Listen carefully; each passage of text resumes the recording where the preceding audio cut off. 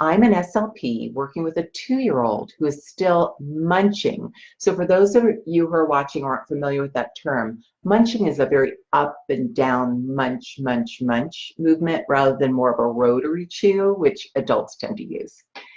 So he's still munching and inconsistently, mostly sucking on the food until it melts. And that's typical of more of a 6 or 7-month-old. So when Christine's talking about this 2-year-old, what she's demonstrating that this child has a significant delay in feeding, which is why he's in feeding therapy. Can you recommend progressive steps to teach a rotary chew? I love your ideas. Well, Christine, I do want to mention one thing that is more appropriate for an older child, but you could do a modified version of this. Depending on the child's other skill levels, and as a therapist yourself, you know, you're assessing the whole child. Once child reaches age 3, you can teach them how to chew gum. But with a 2-year-old, you can start with the gum in cheesecloth. And that's one of my favorite ways to teach a more rotary chew. So I'm not going to show that to you tonight. What I'm going to do is when I post this on YouTube, I'll also, if I include this part on YouTube, I'll also include the video about gum chewing. But when we're all done here, I'm going to post it in the main comments and I'm going to tag you so you see how to do that. Okay, let me give you a couple other ideas. And this is true for anybody, whether you've got a 17-year-old or a 2-year-old. If the child is still just kind of sucking on food and is maybe munching a little tiny bit, there are several different things you can do to help move that process along. My kind of go-to strategy that I get the most success with is to start with little pea-sized cubes of food.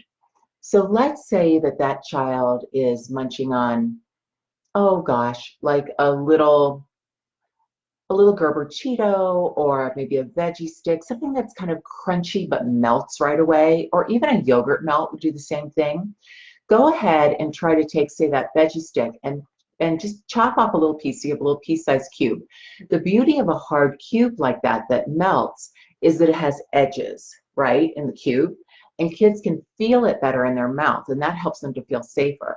When it's only the size of a pea, you can either put it right here on their first molar or encourage them to put it over there. So don't have them put it in the front of their mouth unless they're really comfortable with lateralizing.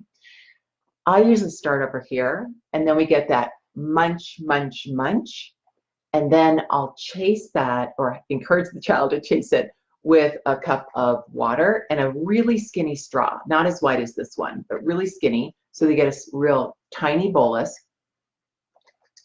and it helps to wash it down. When you want to progress to more of a rotary chew, as long as you're feeling really comfortable that that child can have a safe swallow, another little tip is to take something that's a tiny bit sticky.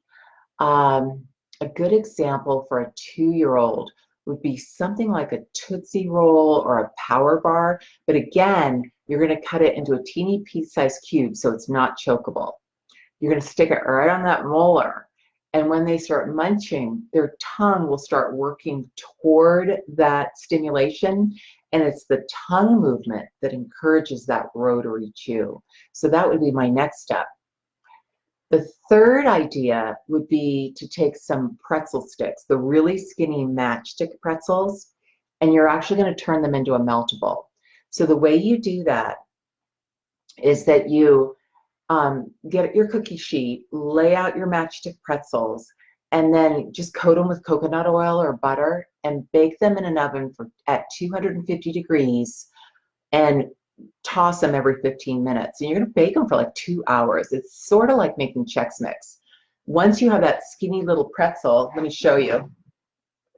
I want you to pretend that this pea, this little chewy, is actually a really skinny pretzel. Then for the child who munches, you hold it right here perpendicular to their teeth and crunch, crunch, crunch, crunch, crunch, crunch. See how every time it's going deeper into the oral cavity? Imagine that pretzel melting away, almost like a little beaver. they'll start to munch, munch, munch repeatedly, but as soon as they get some on their tongue, they'll start to see a little bit of a rotary chew. And it's kind of a timing thing, Christine. Just you'll figure out when to pull it out and get a little bit of the rotary. And then also encourage them to learn to move food from one side to the other with their tongue, and that'll also help with that motion. And of course, be sure you're doing your oral motor work to strengthen up all these muscles, because it's really the stability through the jaw that helps the tongue move in a more rotary fashion along with the jaw. So hopefully those give you lots of ideas.